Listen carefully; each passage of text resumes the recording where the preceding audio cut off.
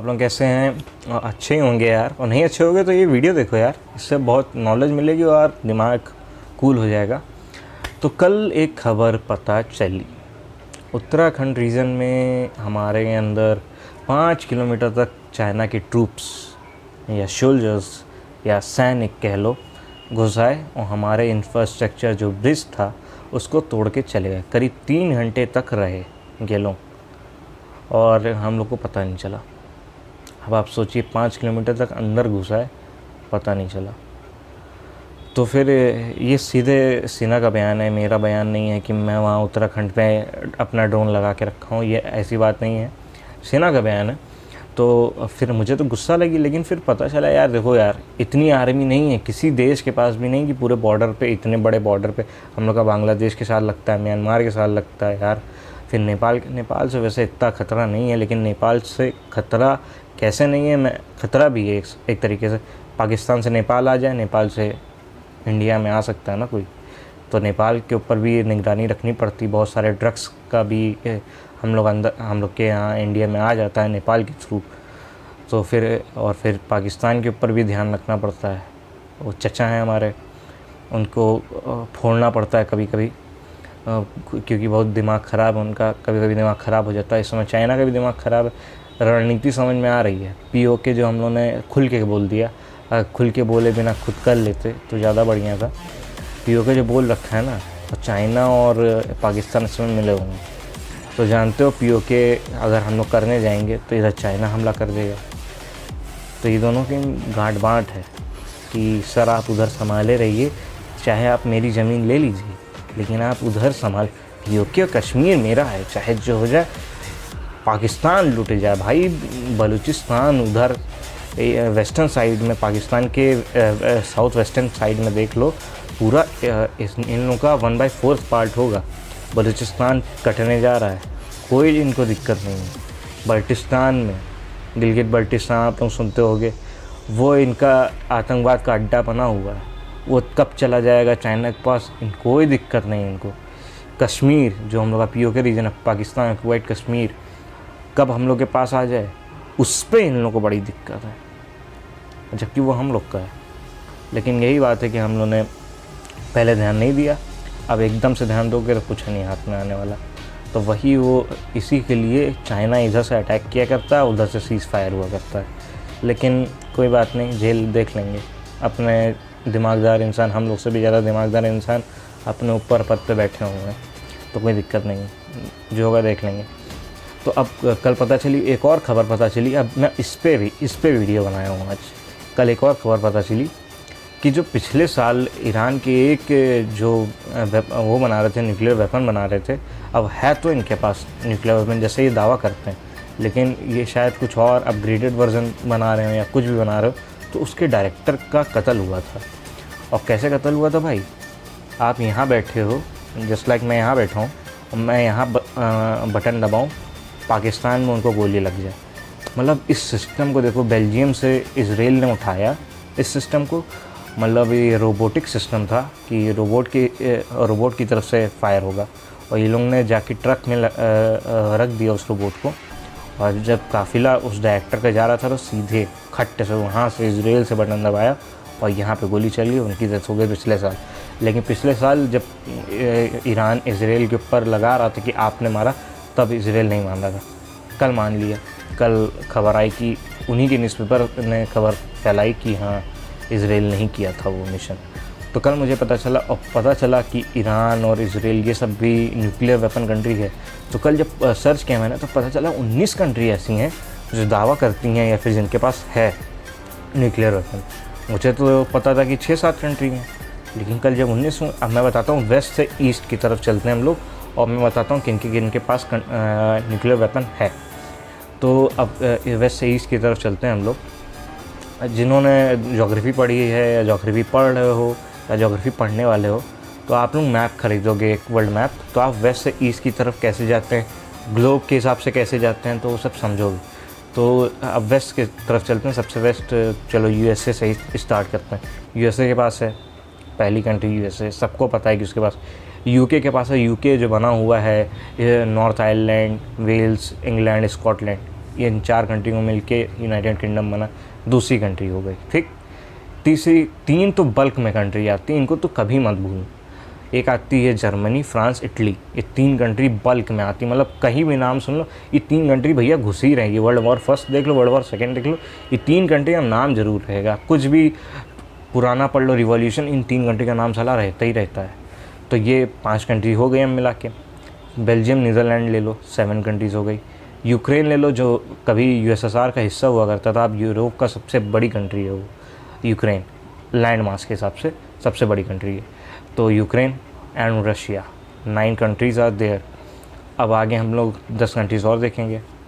सबसे पहले आते हैं इजराइल, फिर टर्की, फिर आते हैं साउथ अफ्रीका, 3 कंट्री ये हो गई। ईरान, 4 कंट्री, 13 कंट्रीज़ ये पूरी हो गई। अब हम लोग चर्चा पे आते हैं, पाकिस्तान के पास भी है, इंडिया के पास भी है, अपने भारत के पास, और चाइना के पास भी है। ये 3 कंट्री हो गई। तो 13 और 3 कितना होता है? 16 कंट्रीज़ हो गई। अब 3 और बाकी रह गई, south Korea, north Korea and Japan. 19 countries हो गई। इनके पास ये दावा करते हैं या इनके पास है, कुछ लोगों को तो आप लोगों ने देखा ही होगा कि है भी, सच में है इन लोगों के पास, और कुछ दावा करते हैं कि हाँ मेरे पास है। तो वैसे हम इन लोगों पे नहीं जाएंगे, दावा करते हैं। ये 19 कंट्रीज़ जो कहती हैं कि मेरे पास है या दावा करें, जो भी है। अब हम लोग आते हैं अपने, हम लोग कैसे बने यार न्यूक्लियर वेपन कंट्री, यार हम लोग को कैसे आया?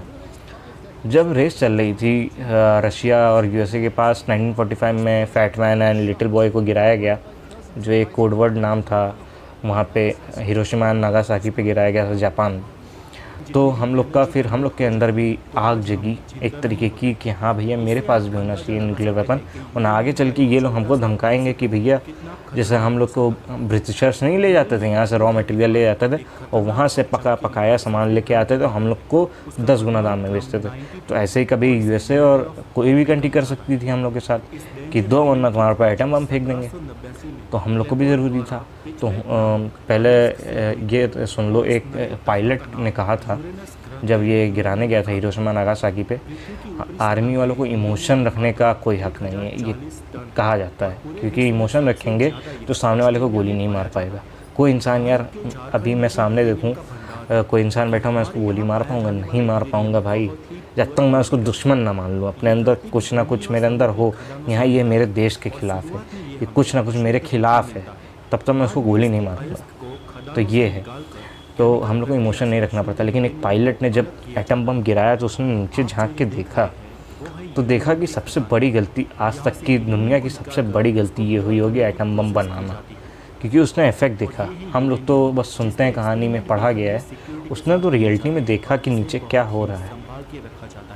तो इस पायलट ने, जो यूएसए का पायलट था जो गिराने गया था, जापान नहीं मान रहा था यार, कोई नहीं चाहता कि यार मारा जाए। उस समय जापान मान भी नहीं रहा था कि हम तो मारेंगे, हम तो सबसे ऊपर सुपर पावर बनेंगे। मान लो सुपर पावर, लो एटम बम में गिर गया, खुश हो गया, अभी तक इफेक्ट है, अभी तक इफेक्ट पड़ता है जापान पे, आड़े टेढ़े बच्चे पैदा होते हैं रिएक्शन की वजह से। तो हम लोग अपनी तरफ आते हैं कि हम लोग कैसे बने। होमी जे बाबा, हम लोग के जो बहुत पॉपुलर साइंटिस्ट रहे हैं, उन्होंने कहा था कि मैं न्यूक्लियर वेपन बना सकता हूँ। 1959 में उन्होंने कहा, और कुछ समय बाद उनकी डेथ हो गई। लेकिन ये फर्दर हम लोग का चालू रहा है ये मिशन। 1974 में मिशन स्माइलिंग बुद्धा एंड, या फिर पोखरण फर्स्ट कह सकते हो, पोखरण रीजन ऑफ राजस्थान में हम लोग ने न्यूक्लियर टेस्ट किया। अब न्यूक्लियर टेस्ट किया तो इतना कारगर नहीं साबित हुआ कि हम लोग कह सकें कि हम लोग न्यूक्लियर वेपन कंट्री है, इतना कारगर नहीं था। क्या हुआ, हम लोग के ऊपर सैंक्शंस लगा दिए गए, हम लोग को कह दिया गया कि आपको यूरेनियम नहीं मिलेगा। और यूरेनियम ये न्यूक्लियर के लिए भी बहुत बढ़िया है, न्यूक्लियर वेपन बनाने के लिए भी, और इलेक्ट्रिसिटी बनाने के लिए भी बहुत कुछ है। बहुत कंट्री यूरेनियम लेती हैं, जैसे कजाकिस्तान में एबंडेंस में यूरेनियम तुमको मिल जाए। तो अब कजाकिस्तान के पास एबंडेंस में उनको मतलब ज़रूरत नहीं है, और बहुत सारी कंट्रीज़ को ज़रूरत है। तो पहले हम लोग को यूरेनियम मिल जाता था ईज़िली, कहीं से भी हम लोग ले लेते थे। हमारे इंडिया में इतना यूरेनियम नहीं था कि हम लोग कहीं से, मतलब बहुत कम है, तो हम लोग नहीं बना सकते थे इतने कम यूरेनियम से। तो उस समय हम लोग के ऊपर लगा दिया गया बैन, ना हम लोग हवा में कर सकते थे टेस्ट अगली बार, ना हम लोग पानी में कर सकते थे टेस्ट, ना ज़मीन पे कर सकते थे टेस्ट।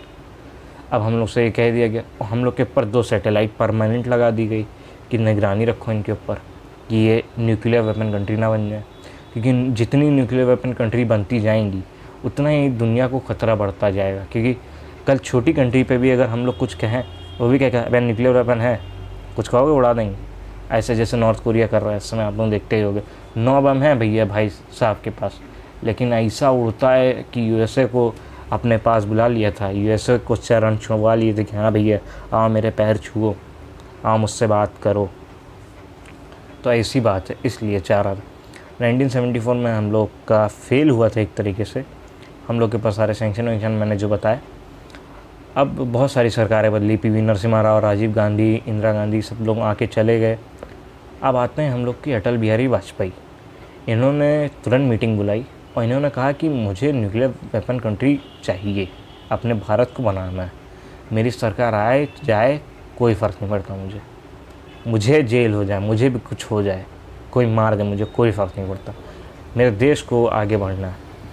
और एपीजे अब्दुल कलाम ऐसे ही प्रधानमंत्री का वेट कर रहे थे, क्योंकि वो भी एक ऐसे इंसान थे कि देश प्रेम में जिए और देश प्रेम में वो चले गए। तो फिर उन्होंने वह वेट ही कर रहे थे, तब तक अटल बिहारी वाजपेयी की सरकार आई। इन्होंने तैयारी कर ली कि हाँ चलो न्यूक्लियर वेपन बनाएंगे, लेकिन जब बैन लगा है, 2 चचा हम लोग के ऊपर निगरानी रख रहे हैं, तो टेस्ट कैसे होगा। और CTBT एक होता है, comprehensive nuclear test ban treaty एक होती है, जिस पर बहुत से देशों में साइन कर रखा है, लेकिन 3 कंट्रीज़ हैं, मेन 3 कंट्रीज़ हैं, North Korea, Pakistan and India. इन तीनों साइन नहीं कर रखा है, उस पर साइन नहीं किया हम लोगों ने। तो ये बात थी। तो अटल बिहारी वाजपेयी ने तो कह दिया था, साफ उनका सिग्नल था कि आप करिए। ये लोग जुट गए भैया, इन लोगों ने तैयारी वैयारी कर ली भैया, और मिशन का नाम रखा मिशन शक्ति पोखरण 2। पोखरण रीजन में एटम बम लेके चल गए। अंडरग्राउंड इन्होंने सोचा कि हम लोग अंडरग्राउंड करेंगे, कि फर्दर अगर आगे चल के हम लोग को ICJ घेरता, इंटरनेशनल कोर्ट ऑफ जस्टिस, अगर हम लोग को घेरता है तो हम लोग ईजिली छूट जाए कि हम लोगों ने कुछ नहीं किया भैया, आपके हिसाब से ही चलें। अब ये तैयारी करने लगे, इन्होंने टेस्ट किया और 2 लगातार टेस्ट किए, सफल हुआ, हम लोग न्यूक्लियर वेपन कंट्री बन गए। अटल बिहारी वाजपेयी आते हैं, बोलते हैं, हम लोग ने आज बहुत फेमस स्पीच है उन्होंने बोला, और उसके बाद हम लोग की भाई कंट्री की फिर कोई औकात नहीं थी कि हम लोग की घुस सके, कुछ भी कर सके। ICJ में घसीटे भी गए। हम लोगों ने जवाब दिया, भाई आप ही के हिसाब से चलें, यूरेनियम आपने कहा था आप दूसरे देश से नहीं ले सकते। हम लोगों ने केरल, आंध्र प्रदेश में हम लोगों ने अपने यहाँ यूरेनियम ढूंढ निकाला, हमारे साइंटिस्ट गए, चेक किया, यूरेनियम था, लेके आए, न्यूक्लियर वेपन बना डाला, कोई दिक्कत नहीं। सेकंड है कि हम लोगों ने मना किया था कि आप हवा और ज़मीन और पानी में नहीं कर सकते, तो हम लोगों ने कहा भैया हम लोगों ने कहीं नहीं किया, ना हवा में किया है, ना ज़मीन पे किया है, ना पानी में किया है, हम लोगों ने अंडरग्राउंड ही किया है, करना कुछ कर लो, उखाड़ लो। भैया वो लोग चुप, वो लोग क्या बोल रहे हैं, ना CTBT पे हम लोगों ने साइन किया है, ना कुछ, क्या बोले, कुछ नहीं जवाब। जाओ भैया धन्य हो गए, जाओ भैया बना लिया है, जाओ। पाकिस्तान देखा कि भाई ये लोग तो यार बना लिए, इन लोगों को कुछ हुआ भी नहीं, चलो हम लोग भी टेस्ट करते हैं। बात टेस्ट किया, पाकिस्तान ने भी, उनके पास भी न्यूक्लियर वेपन कंट्री, हम भी हैं न्यूक्लियर वेपन कंट्री, जाओ। वह USA की हालत ख़राब कि 2 कंट्री इकट्ठा बन गई न्यूक्लियर वेपन कंट्री। अब भैया हालत ख़राब, कोई देश हम लोग के ऊपर ना सैंक्शन लगा सकता है, ना कुछ नोटिंग कर सकता है। इतना जान लो यार, USA ने साथ दिया है कभी भी तो पाकिस्तान का दिया है, इंडिया का साथ कभी नहीं दिया है, इतना जान लो।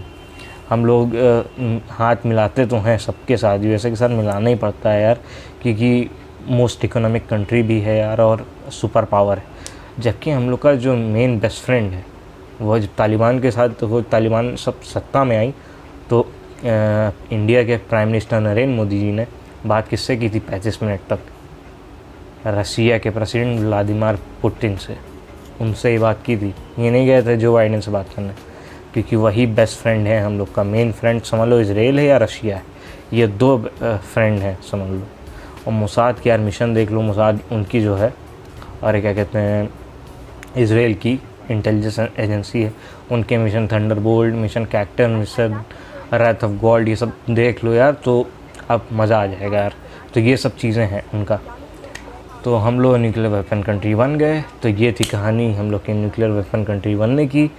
सजा के रखा गया है, कभी ज़रूरत पड़ी तो बगल वाले चाचा पे यूज़ कर सकते हैं, या ऊपर जो बैठे हैं तिब्बत को कब्जा किए और जो हमारे अंदर घुसना चाह रहे हैं अपने 2 कौड़ी के जो सफ़ेद भूत लोग, हम तो सफ़ेद भूत ही बुलाते हैं, चाइनीज़ जो PLA आर्मी है उसको सफ़ेद भूत ही बुलाते हैं। तो भैया उसके जो शी जिनपिंग चूतिया को, उसको भी यही बुलाते हैं। तो फिर सफ़ेद भूत लोग अगर चाहेंगे तो उनके ऊपर भी हो सकता है अटैक। तो शांत रहें, चुपचाप शांत रहें, ज़्यादा नौटंकी ना करें, चूचा पाड़ ना करें, ना उनके ऊपर भी हो सकता है अटैक। तो भैया आप लोगों को अगर वीडियो अच्छी लगी तो सब्सक्राइब करना, शेयर करना, लाइक करना, कमेंट करना, एंड जो करना है करो यार। जाओ अपनी वाली को भेजो, अपने वाले को भेजो, सब कुछ करो। चलो मिलते हैं, बाय, जय हिंद।